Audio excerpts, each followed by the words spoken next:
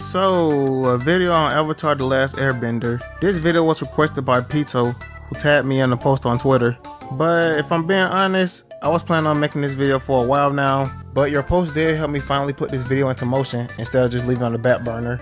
Let's get this video started. Cue the intro.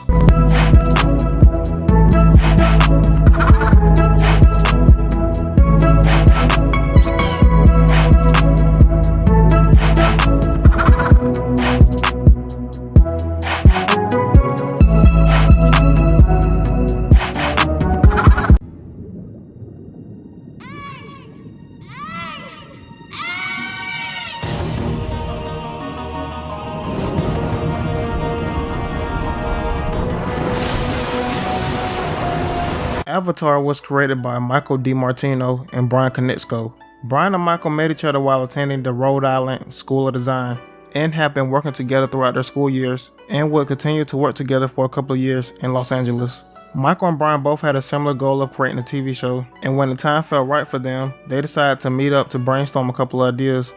In March of 2002, Brian emailed Eric Coleman, the vice president of animation at Nickelodeon. He told Eric him and Michael are trying to come up with an idea for a show they can pitch. Eventually, Eric and Brian set up a lunch date. This is where Eric told Brian they're looking for a show with legends, deep lore, and mythology, and that he needs to keep in mind that this pitch needs to be from a kid's point of view. Whether it's a kid character that's the main hero, or a non-human character that the kids can relate to, like SpongeBob.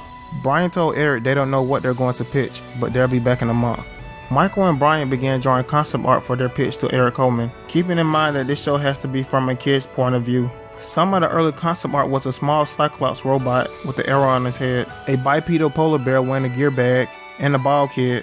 Initially, Brian didn't know what to do with these designs, and just kept them around because he liked them. Unrelated to the designs, Michael told Brian he had some ideas for the South Pole after watching a documentary on Ernest Shackleton's adventure in Antarctica. It wasn't until after Brian's yoga session that he had the idea to combine Michael's Antarctica idea with the kit design he had made. Brian went to Michael's house and pitched this idea of fire people attacking the water tribe. They explained in an interview, this is where the idea of the Four Nations came from. The concept art of the robot monkey would eventually evolve to become Momo, and the polar bear would also become Appa. They planned out giant segments for the Avatar world and also made a story arc. 2 weeks later, they pitched their idea to Eric Coleman. Michael and Brian explained when pitching an idea for a pilot, you're given 7 minutes to get your whole idea across. However, their pitch lasted for almost an hour. Eric says they went on and on, and he could tell they were really into it, and he was already in and it sounded fantastic. He told them they needed to make a deal so they could put this into development to create a pilot.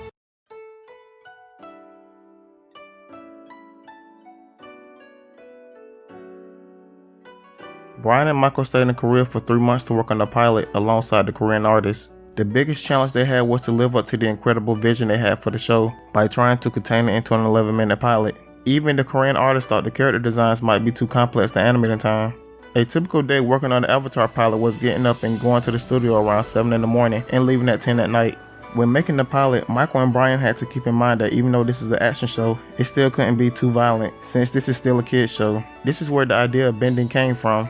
Apparently throwing punches is a no-no, but blasting fire and shooting lightning is a-okay. TV standards and practices are really weird, but once the pilot was complete, it was sent to Nickelodeon Studio to a kids focus group. The response was great and the pilot was approved, and Nick ordered 13 episodes. Long ago, the four nations lived together in harmony. Then, everything changed when the firebenders attacked.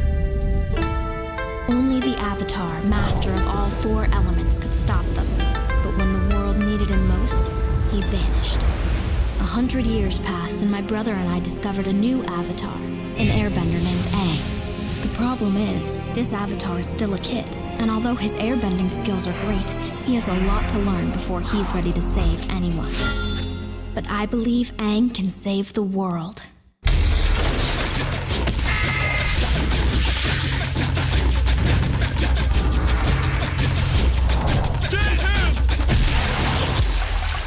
To do that.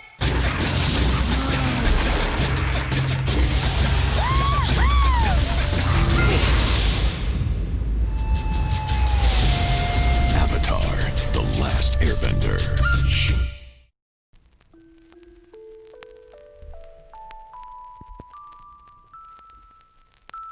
Avatar premiered on Nickelodeon in February 2005. The series is centered around a 12-year-old boy named Aang, the Avatar, and the last survivor of the Air Nomads, alongside his friends Sokka, Katara, and Toph, as they try to end the Fire Nation war against the other nations. The series lasted for 3 seasons with a total of 61 episodes. When creating this series, Brian and Michael didn't want to copy the martial arts they seen in the movies, so they hired a martial art consultant named Sifu Kisu to teach them traditional Chinese martial arts. Brian and Michael pitched Kisu the concept of Avatar so he could get a better understanding of what they were looking for when it came to the action elements of the show. This is where he decided to incorporate different styles of martial arts to each of the 4 bending elements. Airbender was based off of Bagua, which is one of the 3 main Chinese martial arts in the Wudang school. Just as a fun fact, the full name for this martial art is Bagua Zhang, which means 8 trigrams. Doesn't that sound a little familiar? Anyways, waterbending was based off Tai Chi, which is also one of the 3 main martial arts in the Wudang school. People also practice Tai Chi as a form of meditation and also practice it for the health benefits. Maybe this is also why waterbending was given healing abilities in the series. Firebending is based off of Northern Shaolin Kung Fu, and Earthbending is based off of Hungar Kung Fu. There's also Southern Praying Mantis Kung Fu, which is what Toph uses, which makes sense because there's a rumor that this martial arts was created by blind warriors on some remote island. Apparently season 1 was the hardest to make because they were still a small crew at the time, and normally when a network orders episodes, a studio normally does multiple episodes in a certain amount of time. In their case, they had to produce 13 episodes by a certain time frame. Michael and Brian handpicked some of the extra writers they worked with in the past. The writers were Joaquin Dos Santos, Katie Matilla, Tim Hendrick, John O'Brien, Elizabeth Iez, and Aaron Iez as the head writer. The music was composed by Jeremy Zuckerman and Benjamin Wynn. The series was and still is highly praised for its character development, art and animation, and its choreography. Avatar was able to create a pretty big fan base with tons of fan art, people going to conventions and cosplaying as the characters. And let's not forget about the shipping. Toph and Sokka best ship. The series won 5 Annie Awards, a Genesis Award, a Primetime Emmy Award, a Kid Choice Award, and a Peabody Award.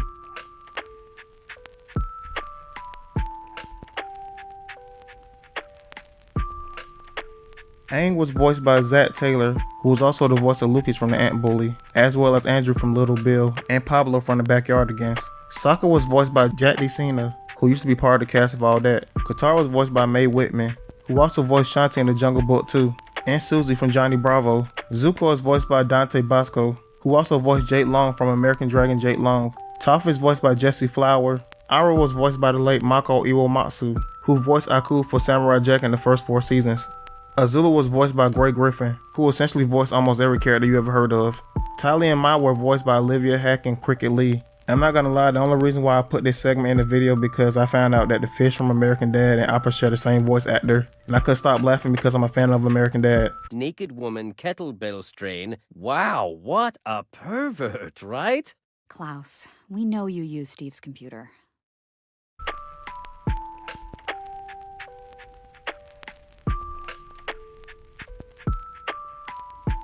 According to Aaron Iez, a 4th season was planned. It was originally going to be 3 in the beginning, but as the series went on, they started to plan out for a 4th season.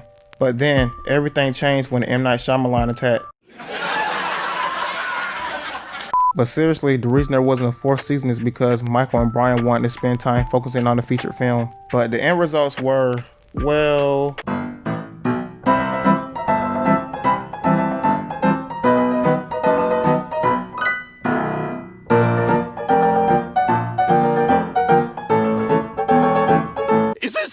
Your sick kicks. What? It's just an ordinary crabby. Oh my goodness! Apparently them helping with the movie was just a waste of time. Michael and Brian didn't even get to have any input in the movie, and the entire experience was just frustrating for them. They even tried to give out notes to help out, but all of their advice was just pushed to the side. What was it? Let me since you brought it up. Sure. I had forgotten about it. I assume it's better. It's better. Yeah. I assume you guys had nothing to do with the movie. We had nothing to do. Well, I mean, we were dragged through. It's a long, horrible story. There's no short version of the story. But and like I've seen memes of me as a Dai Li agent from Avatar with the hypnotizing jet, and it says there was no movie or something. I don't know. And it's like because we don't like to talk about it for a lot of reasons. Man, I didn't like talking about it during it because here's the thing: people never get the answer they want to get. During the movie, while it was being made, people like wanted to be excited, like wanted us to be excited. Like, hey, you're getting a movie made. And I'm like, well, it's kind of complicated and I don't know if it's going well. And then once I would get into it, they would just look at me at the end with this just like this look on their face as if I had said like, I don't know, I ate a couple babies this morning. I was thinking about kidnapping a few more from the hospital and eating some more. I mean, they would just look at me like, how dare you have a movie made of your thing and not be just totally happy about it. At the same time, we were trying to be like holding on to a shred of hope and like who knows? Like you never know, you know, like maybe this could end up being halfway okay. Like and they're asking for our input, so we'll try to help. That was our stance from the get-go. Sure. A, we didn't want it to be done at all before anyone was attached. We didn't want. And then B, if it was going to be done, we wanted to do it, but they weren't going to let us. C, when they attached Night, we just thought, well, this is what we've been dealt. We'll offer help when it's asked of us, and if it's not, we'll stay out. We'll stay out of the way. And in the beginning, it was more positive, and we offered help. But then, we had a big falling out, and whatever. It's a long. I mean, I would need like 2 weeks to tell you this story. And in the end, what do you get? A completely the only thing that can be said, it was a wasted opportunity. Yeah. It was just a wasted opportunity. I mean wasted, like money wasted, time wasted. It wasted the potential for our project. Yeah. It was just a waste.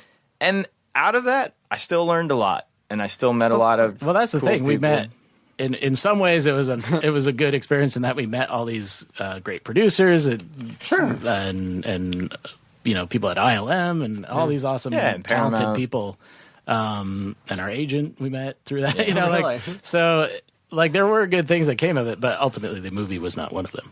Yeah, and it was a negative experience. I mean, actually, like it was not fun, and it wasn't fun. You know, these on one level, like I'm not defined. Like in a way, like I'm not defined by. Like I'm proud of the stuff we made, but it doesn't encompass my entire life and my being. On the other hand. They are our children. Like these characters are real to us, and to watch it be dragged through the mud and the whole racial side of things was just so disheartening. And our fans spoke up so loudly that we just kind of sat back. And you know, I look back and I'm like, well, should we have done this differently or that differently? But it was almost like we gathered an army that screamed at, you know, this guy, and it's heartbreaking, but at the end of the day, it's not the first time it had ever happened that a project was horribly adapted in Hollywood. It's not the last time it's going to happen. It might even happen to us again. You know, we never know, but like, I'll definitely approach it differently the second time. But by the end, so when you say, did we have any involved? We gave like input that went nowhere. Yeah, sure. So it's like we were involved, but our involvement had no effect. Right. So we could say we had no involvement, but then, you know, someone might be like, well, I heard you did this. And no one turned their backs. The first signing I think we did for Korra, this one guy confronted me in the line, and he's like, but you were an executive producer. And I was like, I said, do you know what that means? Executive producer can mean everything. Like someone who executive produces something might have done so much. It can mean nothing. You might never have even been on set or seen a cut. Yeah, it means I got a paycheck probably. Yeah, and it really, I'm like, our lawyer like argued for us to get like in hindsight I'm like, I didn't even want that. It's a weird thing to have your name on it and like the ownership of the creative of it, and it's a complicated, weird, and features are a whole other thing. And there was this like that kind of stamp of like, hey, we want people to know, because like Knight put his name above it as if he but then at the end of the day, you're like, wait, why didn't we just let him do? You know, like I don't want to be associated with that. You know, and but yeah, it definitely. I think that experience gave us a little extra motivation to write Korra ourselves and just say like, you know what, we're gonna do this right this time, you know, and so we did that. We did the first season together. I guess the twist in this movie was making a shitty adaptation. What a twist!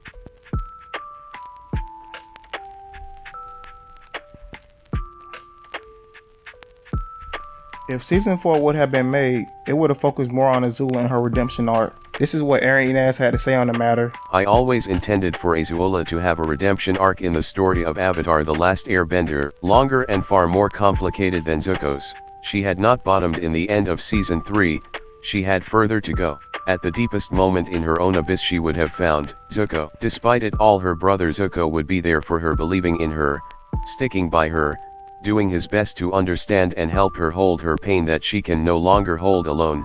Zuko patient, forgiving, and unconditionally loving, all strengths he gained from Uncle Iroh. That's how she would have gotten out, and changed with the faith and love of someone she had hurt but who stuck by her anyway, just as he had been saved by faith and love from someone he had hurt but who stuck by him. And I always imagined that after coming out the other side, she would be one of those people who hilariously overshares her own feelings all the time, and that she would be a bit over-apologetic, like a Canadian version of Azula.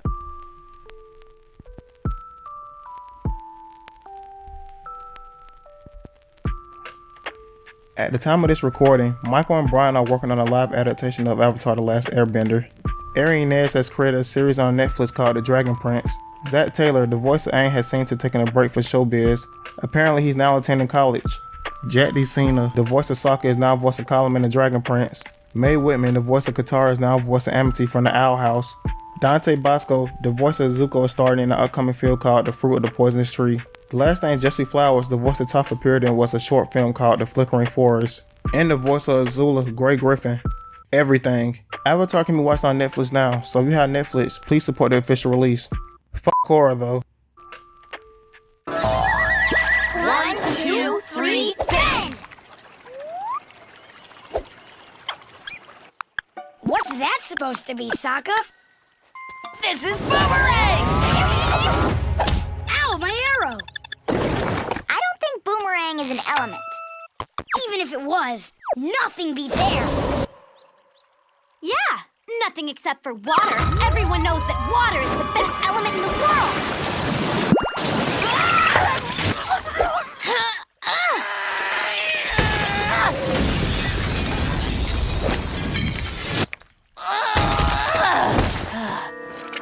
Guys, come on! I think air and water are both wonderful elements. But Earth beats the pants off both of those sissy elements combined. What? You think Earth is better? Can waterbending do this?